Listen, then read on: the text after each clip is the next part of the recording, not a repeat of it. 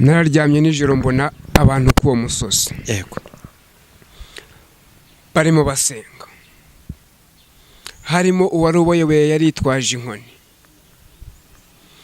Hanyuma iyo nkoni yigishaga ayifashe mu ntoki, yaba adafite inkoni akaba afite agatambaro agira gutya akazunguza.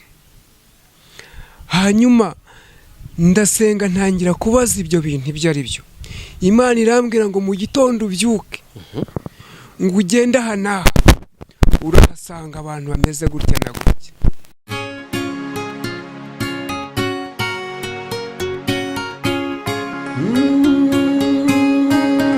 Emana we, Yesu we, ingoma yawe ni amamare. Reka twongere tubasuhuze kandi tubifurize kugubwa neza kandi mugubwe neza cyane. Twongeye kugira umutumirwa nk'uko twakoze ikiganiro tubizeza ko igice cya kabiri tuzaza tukakivuga ku butumwa Imana yamuhaye. Ntabwo rero bigiye kurangirira aha ngaha, tuzakora n'ibindi, azazana n'ubundi butumwa kuko Imana imwereka buri munsi. Ntabwo ari muri babandi bajandajanda, ahubwo ni umukozi w'Imana ubirambyemo. Azaduha n'ubuhamya tubwire igihe yakirijwe, atubwire we icyo yakoresheje kugira ngo uyu munsi abe ari hejuru y'imyaka 50 ariko agihamya Kristo Yesu mu gihe abandi benshi bamaze kurekura umusaraba. Reka twongere tumusuhuze. Uraho neza? Muraho neza. Yesu ashimwe. Yesu nahabwe icyubahiro. Amina. Amina. Ndanezerewe ko twongeye gusubira. Yego. Nukuri n'ibiciro cyinshi ndetse n'iby'umugisha. Amen. Benshi bahura ntibongere gusubira. Yego. Ariko twebwe twongeye guhura. Ye n'ubundi rero ni wa wundi ushizemo umufaranswa. Yego. Ariko uyu munsi ndifuza ko mubanza mukamenya uwo ndiwe. Ndu umugabo wubatse, umugore umwe n'abana 4. Ngira umwana umwe w'umuhungu, abandi n'abakobwa. Yego. Ibyo byose n'umugisha, n'abana bose n'umugisha Imana yampaye. Rero impamvu ze ngo mbanze mu mbibwire umenye uwo ndiwe nuko mbere yuko ngera hano, yego, hari ibyo nanyuzemo. Mbere yuko nkizwa nabanje kunyura mu buzima butandukanye nk'uko abandi twese tunyuramo. Ariko nza kumenya neza ko Imana imfiteho umugambi. Igihe kimwe ndi umusore naje kurwara indwara itunguranye. Nari mfite imyaka 19. Imfata nka saa 12 z'umugoroba. Hanyuma nko mu saa moya nza gupfa. Mu urwo rupfu rero niko nakangutse ambwira ngo nari napfuye, ariko njye hari ibyo narindimo. Hari maherekwa nagize menshi, hari urugendo nari ndimo. Rero byose ibyinshi nagiye mbibona, ibindi ndacyabitegereje. Yego. Ni naho namenye yuko Imana ifiteho umugambi. Ntibyatinze rero ndakizwa. Hanyuma mu gihe nari maze gukizwa nza kurwara indwara. Yegereza mikoro. Mu gihe nari maze gukizwa nza kurwara indwara. Imbere indwara nyirwara amezi 6. Nanjye numvaga ntazakira. Ariko hamwe no gusenga mbona ndimo rimwe nijoro ndyamye, marayika w'Imana aransanga. Navuga ko ari marayika w'Imana wasanze, kuko uwo munsi yampaye umuti kandi bucya nakize. Amina. Urwo ni rwo rugendo rwanjye. Igihe kirajya nza gufatwa n'uburwayi ndagobwa ururimi. Mara iminsi 31. Nibyo ndi umugabo wo kubihamya. Iminsi 31 ndayimara ntavuga. Hanyuma mu gusenga kwanjye Imana ijwi rirambwira ngo haguruka, ugende ujye aha n'aha, urahasangayo abantu baragusengera kandi urakira. Fata inzira ndagenda, masanga umuntu Imana yarabwiye ko hashize amezi 3 ko azasengera umuntu utavuga kandi akavuga. Ngiye imirimo y'Imana kwikora. Uwo munsi aransengera, amaze kunsengera ndakira. Hanyuma mfata igihe muga mu rugendo nari ndimo. Hanyuma rero ejo bundi mu myaka nk'ibiri ishize ndwara indwara ikomeye cyane, nyirwara imyaka 2. hanyuma iyo ndwara yambereye inyigisho, yanyeretse yuko Imana ikiri kumwe nanjye muri uru rugendo. hanyuma ndasenga, Imana irankiza. Amen. none ubu ngubu ndi muzima. Haleluya. hanyuma rero reka dukomeze dusenga, dutangira dukomeza n'ikiganiro cyacu. Yego. turagushimye Nyaguhora ku ngoma. Haleluya. tugushimiye kuri Imana igira imbabazi n'ubuntu budashira. tugushimiye kuri Imana itabura uko igenza abantu bayo. tugushimiye kuri Imana ibera hose icyarimwe. ariko kandi ntago nabura kuvuga kuri Imana amazi adashobora kurengana inkombe n'umunsi n'umwe. Haleluya. Yego. Nyaguhora ku ngoma, ndimo ngisenga, nyemerera nkwinginge, uzibura amatwi y'abantu bagiye kumvira ijambo ryawe, uzibura amatwi y'abantu bagiye kumva ubutumwa bwawe, hanyuma bwinjire mu gutwi kumwe, ahubwo bugumemo ntibusohokere mu kundi. urakoze ko kuri Imana igira imbabazi n'ubuntu budashira. urakoze ko kuri Imana yumva gutakamba kwawe. ndakwinginze ngo utabare abanyarwanda, ndakwinginze ngo utabare isi yacu, ndakwinginze ngo utabare abana bawe. urakoze ko kubyumvise kandi urakoze ko kubikoze, ni mu izina rya Yesu Kristo, amen. Urakoze cyane, ubanje kutunyuriramo mu ncamake ku byakubayeho. tuzongera tubane tuganirize kwiyerekwa wagize no kubyo Imana yagutumye ugomba gutangariza abantu bumva ururimi rw'Ikinyarwanda. uyu munsi reka tuguhe umwanya n'ubundi utugezeho message Imana yaguhaye kutugezaho. murakoze. message tugiye gutanga turayisanga mu butumwa bwiza bwa Yesu Kristo uko bwanditswe na Matayo. ubutumwa bwiza bwa Yesu Kristo uko bwanditswe na Matayo 41.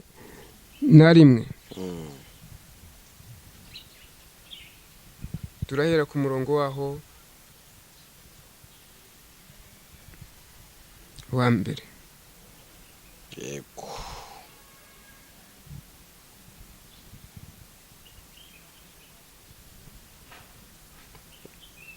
Matayo kangahe?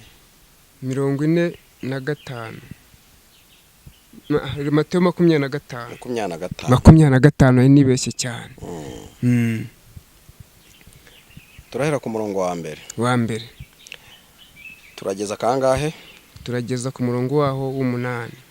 Reka dusome mu izina rya Yesu Kristo, tumabwiza uko bwanditswe na Matayo. Nicyo gihe ubwami bwo mu ijuru buzagereranwa n'abakobwa 10. ngo mw'icyo gihe ubwami bw'Imana buzagereranwa nk'abakobwa 10 bajyanye amatabaza yabo bajya gusanganira umukwe.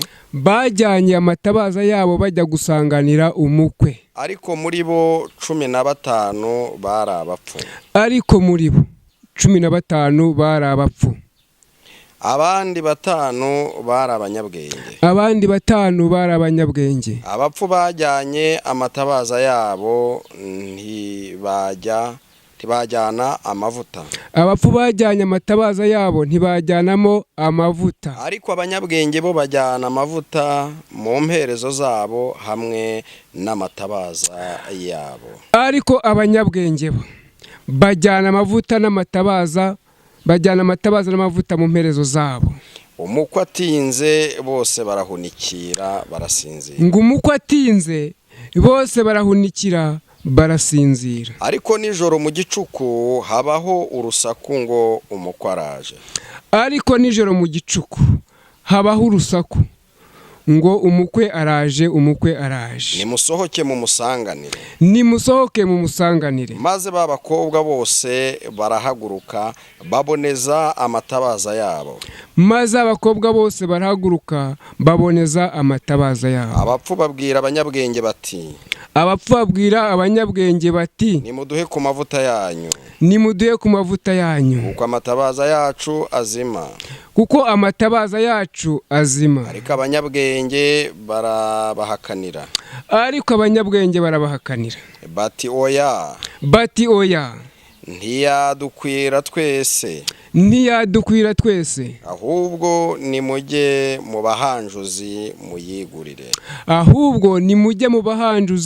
muyigurire. Naharenze kubera uburyohe bw'iri jambo. Twari busoreze ku murongo wa 8. Abapfu babwira abanyabwenge bati nimuduhe ku mavuta yanyu kuko amatabaza yacu azima. Amina. Mwakiye neza ijambo ry'Imana. Dushimiye Imana. N'uwo nguwo ni byiza kubuwongeye. Uramfashije cyane. Kuko buriya hari impamvu Satani yaragiye kundiganya. Ariko kubera umwuka w'Imana uri hano hantu. Umwuka w'Imana twahawe. Nawe yagukoresheje uwongeraho. Amina. Haleluya. Uwo murongo ngo abanyabwenge barababwira ngo nimujye mu bahanjuzi. Haleluya. Amina. Abahanjuzi se ni bantu ki? Abahanjuzi ni bantu ki? Rero iri jambo ry'Imana uko ryanditswe na Matayo, uyu Matayo yari intumwa mu ntumwa za Yesu Kristo za zindi 12.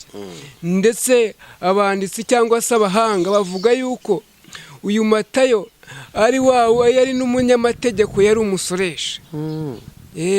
Ariko igihe kiragera yakira agakiza k'ijambo ry'Imana. Reka dukomeze rero. Yego. Ese abakobwa 10 ni bande? Iyo tugiye mu buryo bw'umwuka dusanga abakobwa ubundi cyangwa se abamama bivuga itorero. Abanyamwuka. Rivuga itorero. Yego. Hanyuma rero umukwe nindi. Rero twabonye abakobwa 10 bivuga itorero. Ubwo ni amatorero angahe? 10. Sinzi umubare wayo ariko ubwo tuvuze 10 kuko ni abakobwa 10 b'abanyabwenge. Abakobwa 5 b'abanyabwenge. 5 b'abanyabwenge na 5 b'iki? Babapfu. Ariko bose bivuze iki mu buryo mwuka? Itorero cyangwa se amatorero cyangwa amadini. Aho ndakumva neza noneho. Yego. Rero noneho ngo bagiye gusanganira umukwe. Umukwe ari wende Kristo. Buri wese aho hanashyiraho akabazo. Umukwe ni Kristo. Umugeni ninde? Ni itorero. Twese buri wese ashyiraho akabazo, umuntu wese wumva ibyiri jambo. Kuko niba itorero rihari n'umukwe akaba hari. Yego. Ariko mwaye mwiryo amatorero uko twayabonye ari 10 ngo harimo 5 b'abanyabwenge akamo na 5 b'iki? Babapfapfa. Hanyuma ngo bose ngo igicuku kigeze ngo bararyama baranihira ngo igicuku kinishye ngo bumva urusaku rusakuza cyane. Ngo umukwe araje. Ubwo baravuga ngo mujye kugira gute kumusanganira. Amina. Dutanze urugero ahangaha, iyo umusore yagiye gusaba umukobwa bakajya gusezerana, iyo bagarutse mu rugo iwabo abantu bose usanga bahanze iki? Amaso. Ndetse n'abantu babasigaye b'umuhungu babategereje, iyo bumvise ngo baraje. Haleluya. Amina. Bihuta bajya kugira gute? Kubasanganira. Rero bene data, nshuti z'umusaraba, abakobwa 10, amatorero 10. Abakobwa 5, amatorero 5.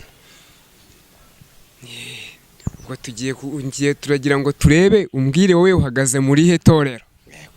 Nirihe urimo? Aho niho uri muri rya rindi ry'abakobwa 5 b'abapfu. aho niba uri muri rya ry'abakobwa 5 b'abapfu cyangwa se uri muri rya ry'abakobwa 5 b'abanyabwenge. reba itorero urimo aka kanya, ujye muri comment utubwire. yes. Mana yaje. uri muri he torero aka kanya? Yego. ese itorero urimo niri? ese iryo uhagazemo rirakwigisha rite? ese iryo uhagajemo rirakuyobora mu yihe nzira? uyu munsi wa none dufite ikibazo gikomeye cyane. ntabwo kiri muri iki gihugu cyacu, ntabwo kiri muri Afurika yacu, ahubwo kiri ku isi yose. ngarutse hahandi kuva hanuzi, niho ngarutse. mu minsi ishize hadutse ubuhanuzi buvuga intambara ku gihugu cyacu mu gihe cy'amatora. Yego. byaravuzwe cyane, birashyuha, byaravuzwe cyane. ese byarabaye koko? nta byabaye. niba nta byabaye, nta muhanuzi uhari. ariko ntivuze ko batagize hari babakobwa yes 5 b'abapfu. suko abahanuzi badahari, ahubwo twamenye ababapfu. harageze kugira ngo Imana igaragaze 5 b'abanyabwenge bazi kubika amavuta. Haleluya. Imbaraga z'Imana bazi kubika amavuta. nawe ushaka kutugera rero, ndakumvise cyane. Haleluya. nawe ushaka kutugera, kandi umuntu wese amenye icyo Imana yavuze, amenye ko ari Imana yavuze cyangwa se atari Imana yavuze. ibyo bintu byavuzwe byarabaye cyangwa nta byabaye? nta byabaye. Yego. igihe kimwe nari ndi ahantu ku musozi ntari buvuge, nari impamaze amezi 3 ariho Imana yanjyanye ngo ijye kuhanyigishiriza. ubwo ni imbere y'amatora aho gatoya, nahasanze abahanuzi bavuga iby'intambara. ndanye ndababwira ngo Imana nkorera, Imana nasenze, nta ntambara iri mu iki gihugu, ntayihari. kandi bimvuze muraze mubirebesha amaso yanyu, nimumara kubibona nibwo muzamenya yuko Imana nkorera itandukanye niyo muri gukorera. hanyuma ayo mezi 3 nayahamaze nta muntu n'umwe uzi ko mpari. narahirirwaga, igihe cyo kugenda cyagera ku mugoroba ngataha. ku munsi rero wo gukora umukwabo, Imana yikorera umukwabo. yikorera umukwabo. ati yawukoze ite? nkiva aho hantu nararyamye nijoro, mbona abantu k'uwo musozi. Yego. barimo basenga. harimo uwari ubayoboye yari yitwaje inkoni. hanyuma iyo nkoni yigishaga ayifashe mu ntoki. yaba adafite inkoni akaba afite agatambaro agira gutyo akazunguza. hanyuma ndasenga, ntangira kubaza ibyo bintu ibyo ari byo. Imana irambwira ngo mu gitondo ubyuke, ngo ugende aha n'aha, urahasanga abantu bameze gutya na gutya. nibo ngiye kukwerekeraho urugero rw'ibiri kubera mu isi. Yego. hanyuma ndongera nsubizwayo, mbona umuntu ufite amayugi, ufite ducuma, afite ibintu bya utamenya ibyo ari byo. Imana irambwi, mbona agiye kwiriba, agiye kuvoma, azanye amazi. mbona abantu baramusanze, baza bamugana ngo abahe kuri y'amazi. hanyuma Imana ijwi ndimo senga mbaza ibyo ari byo, ijwi rirambwira ngo uriya muntu ni umupfumu. ndashikama rero ntangira gusenga. noneho Imana irambwira ngo uzabwira abantu ibizabasobanurira 5 b'abapfu n'5 b'abanyabwenge. ibyo ngibyo ni byemenyetso ngo haye mu isi. nta wundi muntu wahawe inkoni uretse Mose. niyo yahawe n'Imana imubwiye ngo ufite iki mu ntoki zawe. Ati mfite inkoni. Ati iyo nkoni uzayijyane kwa Farawo. Ati Mana kugira ngo nzamenye ko ari wowe ntumye, ikimenyetso mpaye ni iki? Ati rambika hasi. Ayirambika hasi. Inkoni ibaye inzoka. Ati nugera uzabigenza uko nguko. Haleluya. Amen. Rero reka twihute turase ku ntego. Mu gitondo koko narabyutse subira hantu aho Imana yambwiye ndagenda ndahicara. Baraza. Umuntu araza umwigisha afite ya nkoni. Inkoni yayikozaga ku bantu. Buri muntu wese agatangira kubwejagura. Ngo uwo muntu afashwe n'imyuka mibi. Ubibona mwiyereko. Hanyuma na mu gitondo niko byangendekeye. Nyihagera abantu baza gusenga, yigisha kariya kagatambaro cya kimenyetso Imana yampaye. Hanyuma atangiye gusenga akakoza abantu inkoni. Uwo yikojejeho agatangira kuvuga ngo afashwe n'imyuka mibi. Agatangira gusenga atokesha. Yazanzamuka akamusaba amafaranga. Ati kugira ngo nkomeze ngusengera ugomba kumpa yangaye. Nibwo imyuka mibi izakuvamo. Iyi myuka mibi niyo akarande mu miryango. Iyi myuka mibi niyo wacishije irimo kugaruka. Haleluya. Dusobanukirwe 5 b'abapfu na 5 b'abanyabwenge. Hanyuma ndakomeza mbona n'ibindi byinshi yagiye akorera aho hantu.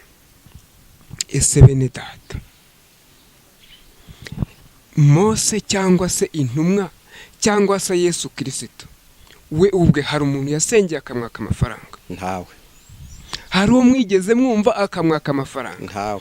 N'uwo yakijije yaramubwiye ngo genda uceceke ntubivuge. None uyu munsi hari n'abaza kwirata ko aribo babikoze mu izina ryabo, apana Kristo muri bo.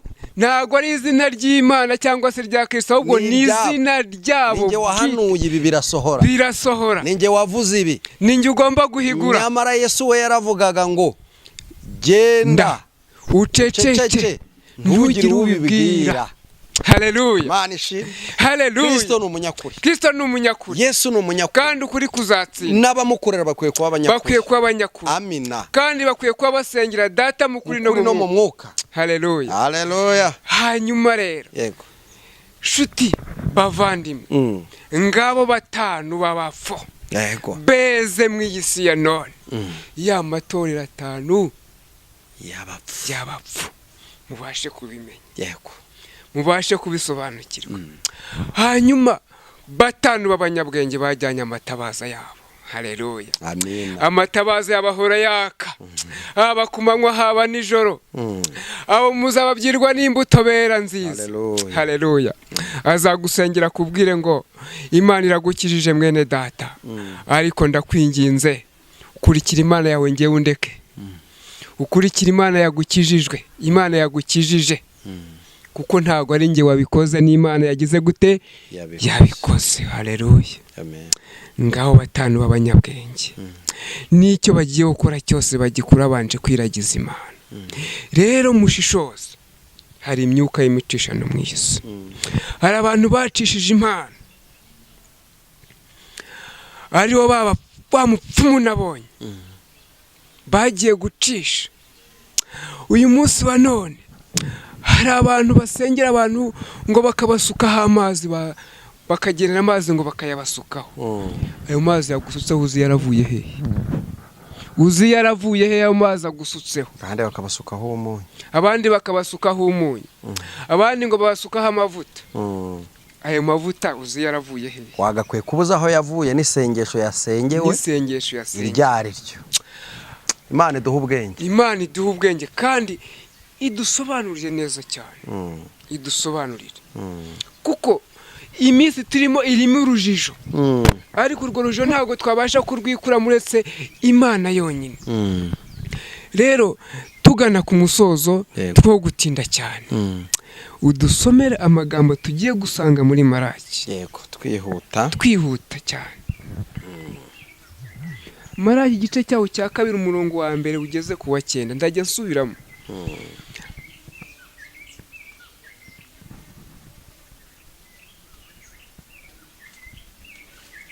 Maraki igice cya mbere, igice cya kabiri, Maraki igice cya kabiri umurongo wa mbere kugeza ku wa 9. reka dusome. Yego mu izina rya Yesu. Nuko rero mwabatambyi mwe, ngo nuko rero mwabatambyi, iri ni itegeko rimwe nditegetse, iri ni itegeko rimwe mbategetse, nimwanga kumva mukanga kuryitaho, nimwanga kumva mukanga kuryitaho, ntimuheshe izina ryanjye icyubahiro, ntimuheshe izina ryanjye icyubahiro, nzabavuma, nzabavuma, wa muvumo ndetse n'imigisha yanyu nzayivuma, wa muvumo ndetse n'imigisha yanyu nzayivuma, nako maze kuyivuma, nako ubu ngubu maze kuyivuma, kuko mutitaye ku itegeko ryanjye, kuko mutitaye ku itegeko ryanjye, Uwiteka Nyiringabo avuga, niko Uwiteka Nyiringabo avuga. dore nzahana imbuto zanyu ari mwe mu binteye, dore nzahana imbuto zanyu ari mwe mu binteye, kandi nzabasiga amayezi ku maso, kandi nzabasiga amayezi ku maso, n'ibitambo byanyu muzayoranwa nayo, ayo mayezi n'ay'ibitambo byanyu muzayoranwa nayo, ubwo nibwo muzamenya ko ari njye wategetse iri tegeko, ubwo nibwo muzamenya ko ari njyewe Uwiteka wategetse iri tegeko, nkariboherereza kugira ngo isezerano nasezeranye na Lewi ridakuka, nkariboherereza kugira ngo isezerano nasezeranye na Lewi ridakuka, niko Uwiteka Nyiringabo avuga, niko Uwiteka Nyiringabo avuga. Yego. Haleluya. Amina. Haleluya. Amina. Imana yacu nishimwe cyane. Amen. Imana irakoze ku bw'amagambo tumaze kumva. Aya magambo arasobanutse cyane. Kandi aya magambo Yego. arabwirwa Abalewi. Abalewi ni bande?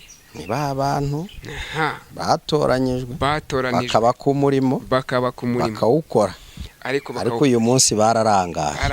Niyo mpamvu izabahanana n'imbuto zabo, bisobanuye ngo nababakomotseho, kandi ngo izaba amayezi y'ibitambo byabo, ntabwo ari iby'abandi bantu, ni ibyabo, izabayorana nabo.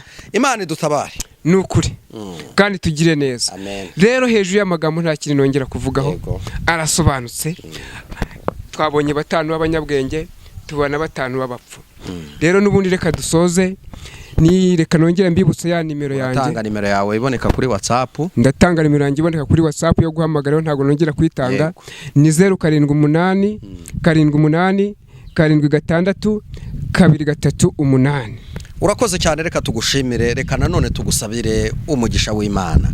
Uri Imana igira neza, uri umunyembabazi. Mugaragu wawe tumusabiye umugisha w'iburyo n'ibumoso, umugirire neza. Intambwe yateye aza kukuvugira, umuhereza umugisha. Kandi Uwiteka Imana tuzongere gura dushima, tuvuga imirimo n'ibitangaza wakoze. Ibyo akwifuzaho ni byinshi, ubimuhe mu izina rya Yesu Kristo wa Nazareti. Amen. Amen. Mukunzi wacu warudukurikiye, nimba utarakora subscribe, ukora subscribe, share ndetse na comment, cyangwa nimba ushaka kubana natwe mu biganiro, nimero y'Imana irahari bihari kugira ngo uduhamagare twamamaza ubutumwa